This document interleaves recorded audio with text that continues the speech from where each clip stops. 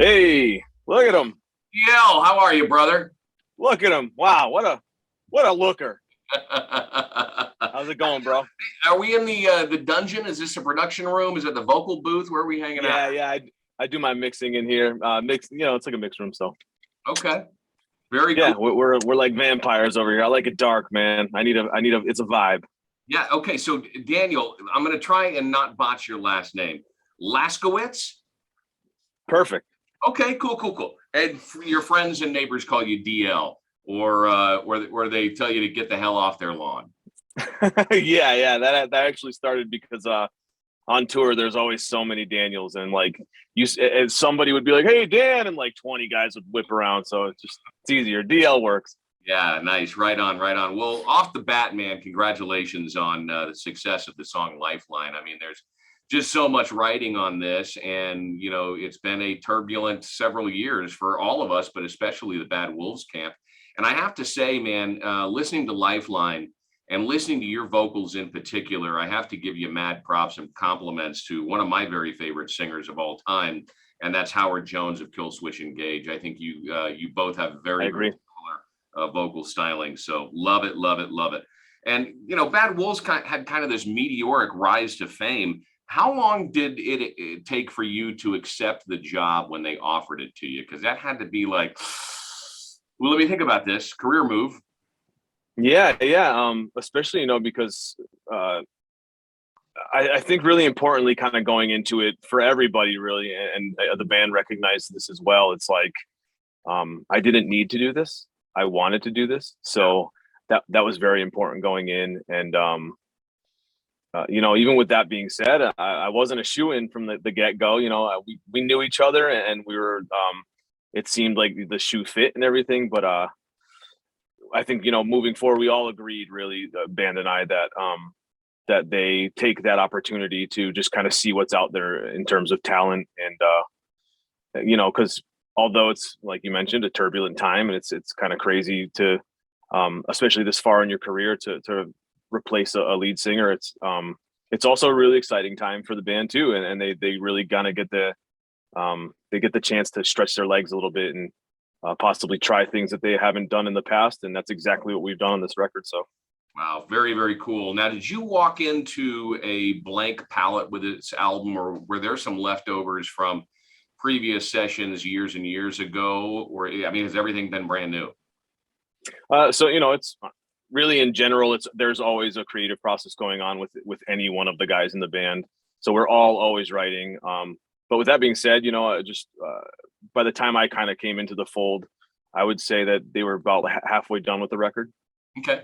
And at that point, really the collaborative process between the band and I really started to take place when I came out to LA to track vocals for the record. And that's really when even songs that were kind of put together before I kind of came to the fold by the guys, we even put those songs under a microscope at that point, and really just kind of tailored them to my vocal, because I bring something kind of stylistically to the table, something new to the band. I have a little more of a pop kind of R&B vocal, and we were able to utilize that in songs like Springfield Summer, for example. And like I said, it was really important for us to maintain the integrity of the band.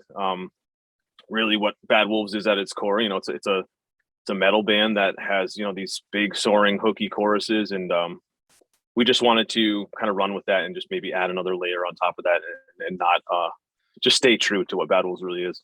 Okay, and to springboard on that, and this is a question that I always hated during a job interview, but I've got to ask it. Feel free to answer as long or as short-winded as you want. What is it that you bring to the table? I mean, aside from having a relationship there, that no other candidate for singer of Bad Wolves could bring, do you think?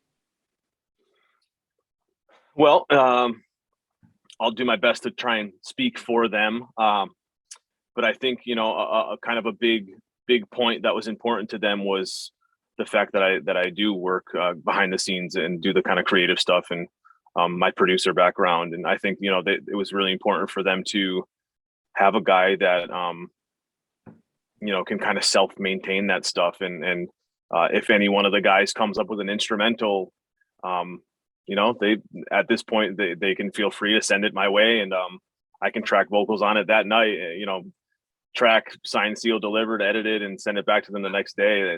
And I think that was important for them, you know, to not have to rely on outside sources anymore to record the stuff. And we're pretty you know, we're a pretty self-sufficient band at this point, so it's kind of cool. I don't think any of us have been in this kind of situation.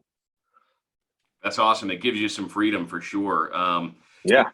The catalog, there's some pretty tough parts, whether it's the really heavy screaming or, you know, some of the soaring melody lines that you mentioned. And I would imagine you guys are on the precipice of, you know, getting ready to, you know, start rehearsing for a tour, maybe 2022 or maybe earlier. Correct. Yep.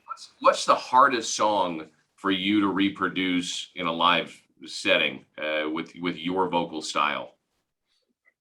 You know, I don't want to be I don't want to be cocky or anything, but they all come pretty naturally to me, honestly. Yeah, you know, I think, you know, that was probably a big selling point too, getting me in the band. It was just like, you know, it just worked. Okay.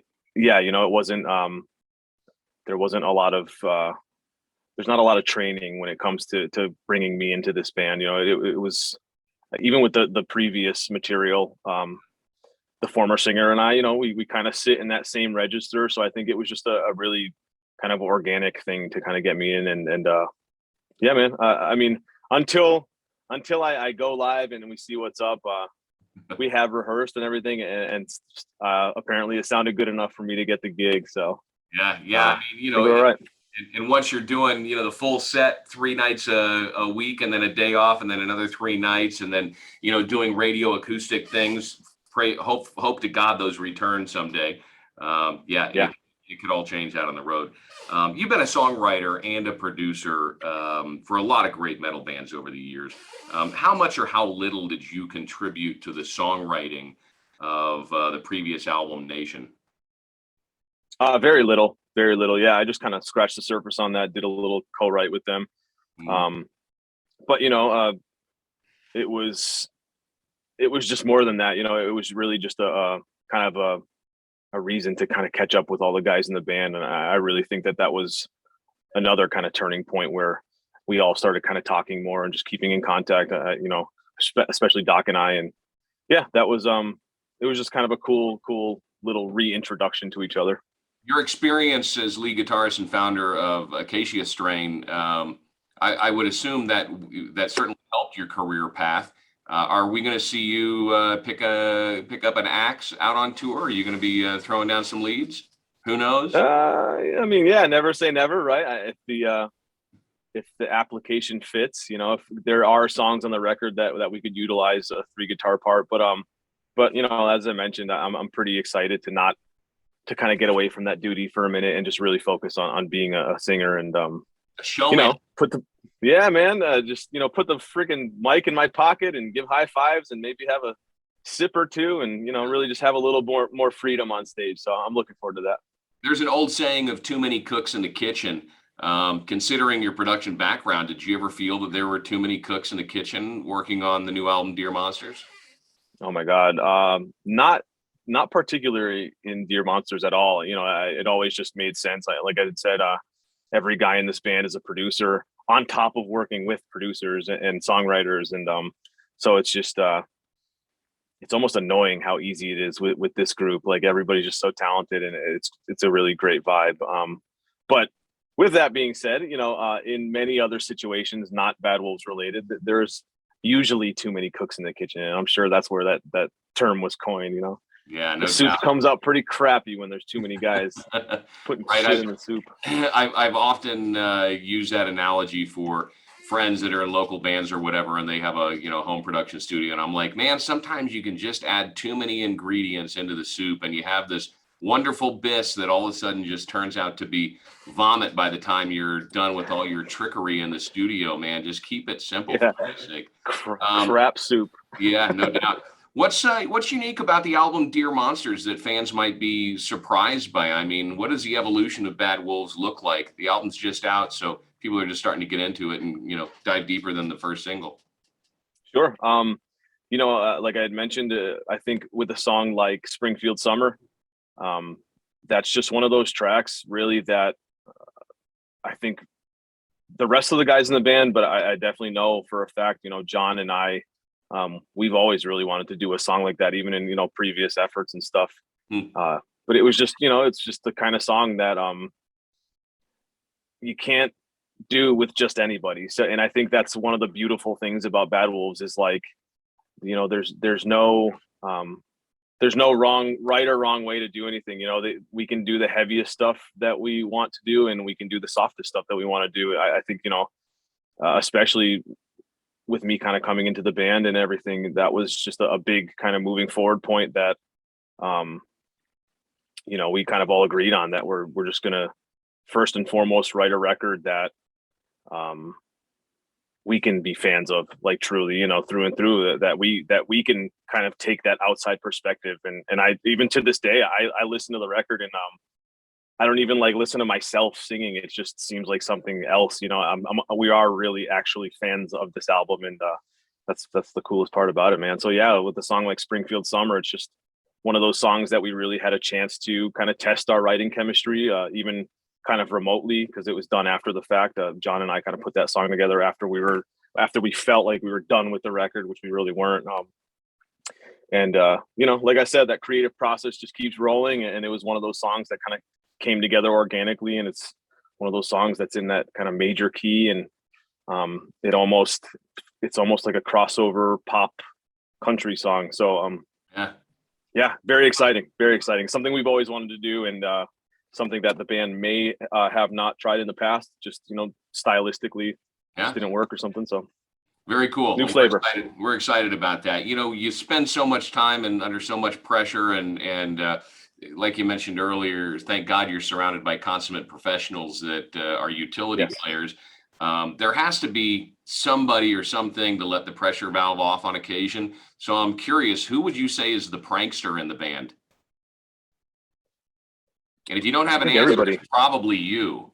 Man, no, honestly, I really think it's everybody. Yeah, like I even mentioned, at that first rehearsal, we all just kind of, it feels like a bunch of, that camaraderie is there, that chemistry is there. So like, it's like, we were all first 5 minutes of being together, we're all talking crap to each other, just having laughs. So, I think that will maybe reveal itself a little more once we're on the road, and we'll see who's making the coffee in the morning and who's putting stuff in people's shoes, and we'll see what's up. It'll be fun to ask that question a year down the line from now, and find out who is a prankster on tour and who pulled the biggest prank that got the biggest laugh from everybody else. Oh yeah. Listen, I'm a big fan of Lejean Witherspoon and I like to call them the Seven Dudes. Who's your favorite rock vocalist out there right now? You just named them. Oh, really? Yeah, man. I've said it till I'm blue in the face. Yeah, even my kind of first introduction into kind of rock and metal, even growing up, was that first Seven Dust album. Because even before, as a kid, I didn't listen to a lot of rock and metal. It wasn't in my environment, so I listened to a lot of pop and R&B growing up, a lot of Michael Jackson, a lot of that kind of stuff. And then Seven Dust was actually one of those first bands that I heard my sister down the hallway listening to that first Seven Dust album with Black and Bitch on it and stuff, and I was just like, oh my God, it like changed my life, like the guitar tone and then like, kind of like a Bad Wolves thing where they incorporate the really like groovy, heavy stuff with just the soaring melodic parts. And I was sold forever. So, since then I've always been a huge Seven Dust fan, especially of Clint even too, the dynamic between LeJohn's voice and Clint's voice. It's like, man, how can you beat that? Yeah. Okay. So switching gears a little bit to your personal life, some of the craziest friends that I have are former Mormons. My wife is a preacher's daughter. You spent your formative years in Catholic school. Did that make you more or less evil? I think because I didn't have the opportunity to screw off so much as a kid. Once I got out of Catholic school, I was kind of a little trickster. I was a little turd after I left. Once I got, because there was no like private high school, so like you go, like I did K through 9 or whatever, Catholic school, and then like you're plucked right out of that and put into the public school system. And I kind of wild out a little bit for sure those 4 years of high school. So if or when you have kids of your own, do you think you'd put them in a Catholic school or a private school? I have 2 kids. Yeah. Oh, I have a 13-year-old and a 6-year-old, and they go to the same school that I went to. No kidding. Believe it or not. Yeah, man. And, you know, even upon, because my son was the first one, obviously, to go to that school. And I walked back through the door with my children, and there's some of the same teachers that still work there. And they were like, they were just like, wait a minute. Yeah. Is this the same Laskiewicz? So yeah, you're cool. either here to blow up the school or give us a large donation of some sort, or no, it's some kind of forgiveness donation. Yeah. I'm curious about what kind of personality you are in your private life. The perfect Saturday night for you, is it slinging whiskey with the boys or Netflix and chill? Netflix and chill, man. I'm definitely a homebody. I have no reason to want to escape my house. I love my home life. I love my family. I have a beautiful wife. So yeah, man, we just hang out. We just do our thing. We're always so busy, and especially now more than ever. So okay, I'm a quiet guy. Yeah. One last question for you, and I know I alluded to it a little bit earlier, but tour plans 2022 or earlier? When can we get a glimpse of the band live in action, do you think? So, you know, I don't know how much detail I can really go into without getting in trouble. I don't. Oh, well, sorry. There we go. Freaking battery there. There we go. Oh, I got you. There we go. Yeah. So I don't know how much detail I can really go into on that because I don't want to get spanked. But sworn to secrecy. But it's coming. So it's coming. Absolutely. There are some plans in the very near. Actually, you know what? To be honest with you, I think I can say this, that with the album release tonight, tomorrow, whatever.